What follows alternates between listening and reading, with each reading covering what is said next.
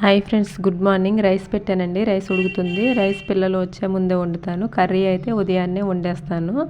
ఎప్పుడు ఉదయాన్నే వండుతాను. ఈరోజు బెండకాయ ఫ్రై చేశానండి. టిఫిన్ చేసేటప్పుడే ఒక పక్కన కర్రీ అయితే వండేస్తాను. ఇప్పుడు టైం వచ్చేసి 11:20 అవుతుంది. బ్లౌజ్ ఒకవైపు స్టిచ్ చేస్తున్నాను. ఇది వచ్చేసి బెల్లీ హ్యాండ్స్ బ్లౌజ్ అండి. ఇంతకుముందు మీషోలో తీసుకున్నారంట శారీ. దాంట్లో వచ్చిన బ్లౌజ్ అయితే పాడైపోయిందంట.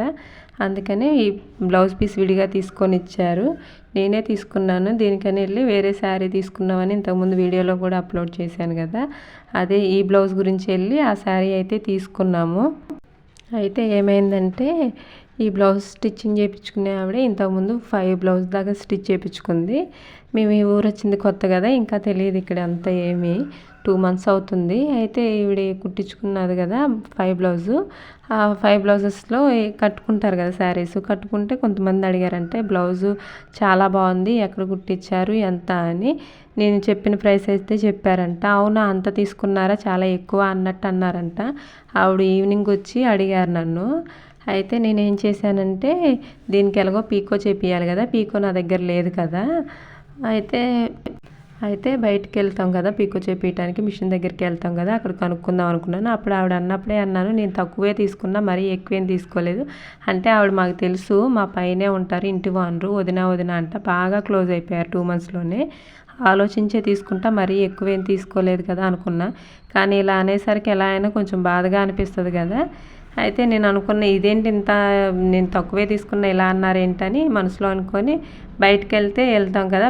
నా వదిన నాకు తెలియదు, పీకో చేపియాలి కదా నీ హ్యాండ్స్కి, నువ్వు రా అనేసి అన్నాను. ఆ వదినకి స్కూటీ అయితే ఇంటి దగ్గర లేదు కదా, వచ్చేదాన్ని, లేకపోతే స్కూటీ లేదు కదా, నువ్వైతే వెళ్ళి చేపించుకొనిరా అనేసి అన్నారు. వాళ్ళకి తెలిసిన మిషన్ టైలర్స్ ఉంటారు కదా, వాళ్ళ అడ్రస్ చెప్తే అక్కడికి వెళ్ళి బ్లౌజ్ స్టిచ్చింగ్ ప్రైస్ అడిగాను. కృష్ణ ముకుంద హ్యాండ్స్ అవి కుట్టించుకున్నారు. ఆ హ్యాండ్స్ది బ్లౌజ్ కుడితే ఎంత అని అడిగితే 450 అన్నారు.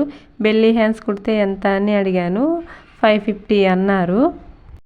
అయితే వచ్చినామంటే ఆ వదినకి ఫోన్ చేసి చెప్పాను, ఇలాగా 450 అన్నారు, ఇది కుడితే 550 అన్నారు. నేనేమో ఎక్కువ తీసుకున్నానని అన్నావుగా వదిన, ఇక్కడ బయట నువ్వు చెప్పిన టైలర్ దగ్గరే అడిగాను, ఇట్లా అన్నారు అనేసి చెప్పాను. అయితే ఆ వదిన అంది కదా, నేనైతే అనలేదు కదా ఎక్కువ తీసుకున్నామని, బయట వాళ్ళు అడిగితే ఇట్లా ప్రైస్ చెప్తే ఇలా అన్నారు, నేనేమన్నా ఎక్కువ పెట్టానా అని నాకు డౌట్ వచ్చి అన్న. నేను ఎప్పుడు మోడల్ హ్యాండ్స్ ఏం కుట్టించుకోలేదు, నార్మల్గా కుట్టించుకున్నాను, ఇంతవరకు ఎప్పుడు కుట్టించుకోలేదు.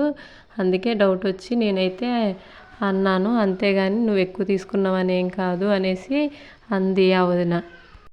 550 చెప్పారని 550 అయితే తీసుకోనండి, 450 అయితే తీసుకుందాం అనుకుంటున్నాను. మీరైతే ఈ బ్లౌజ్కి ఎంత తీసుకుంటారో కామెంట్ సెక్షన్లో కామెంట్ చేయండి.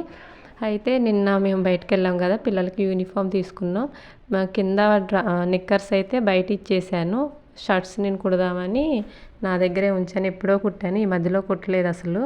ఒకసారి ట్రై చేసి చూడాలి ఎలా వస్తాయో ఏంటో. ఇవి ఫైనల్గా అయితే అయిపోయిందండి. హ్యాండ్స్ చూడండి బాగా వచ్చింది. పీకో వచ్చేసి థ్రెడ్ పీకో కాదండి, నార్మల్ పీకోనే, అయినా బాగానే వచ్చింది. ఇదిగోండి బ్లౌజ్ వచ్చేసి ఇలా వచ్చింది. వెనక హోల్ పెట్టాను. హ్యాండ్స్ బాగా సిల్క్ కదా, బాగా లేచింది, మంచిగా వచ్చింది. అసలైతే క్రేప్ తీసుకుందాం అనుకున్నాం, క్రేప్ అయితే ఇలా వచ్చే కాదేమో, ఈ క్లాత్ వల్ల బాగా కనిపిస్తున్నాయి. బ్లౌజ్ ఎలా ఉందో కామెంట్ సెక్షన్లో కామెంట్ చేయండి.